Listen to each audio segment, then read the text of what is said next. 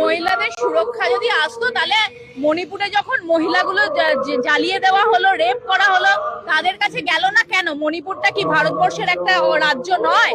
সেখানে তিনি সেদিন গেলেন না কেন? মহিলাদের নিয়ে যদি ওনার এতই দরদ, তাহলে হাতরাসের কাণ্ডে রাতারাতি মেয়েটির লাশ পুড়িয়ে দেওয়া হলো কেন? এই প্রশ্ন করুক জনগণ। কেন তিনি মহিলাদের কি দিয়েছেন?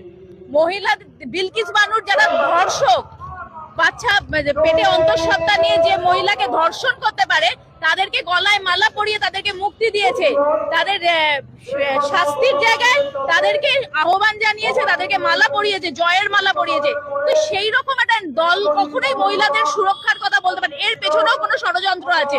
এর পেছনে যেটা ষড়যন্ত্র ছিল, নিজেদের সিটটাকে বাড়িয়ে নেওয়া পার্লামেন্টে, এবং যাতে আর কোনো দলের ওপর নির্ভর না করতে হয়, নিজেরা এক গরিষ্ঠ সংখ্যা নিয়ে আসতে পারে, তার চেষ্টা চালাচ্ছে। এই মানে পুরোটাই লোক ঠকানোর একটা বিষয়। এখানে কোনো মহিলাদের জন্য ওনার কোনো দরদ নেই।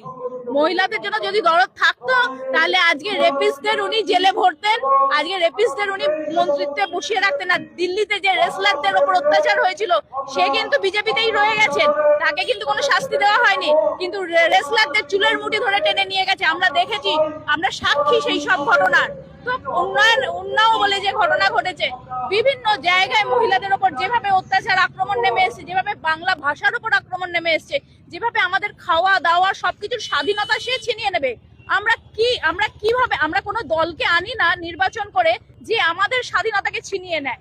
এটা কখনোই হতে পারে না। তাই জন্যই আমরা আজকে এক হয়েছি, এক হতে বলছি সারা বাংলাকে জুড়ে, যে বিজেপিকে কোনো মতেই ভোট দেওয়া যাবে না। একটা ভোটও নয়, শূন্য করতে পারলে এটাই আমাদের জয় হবে।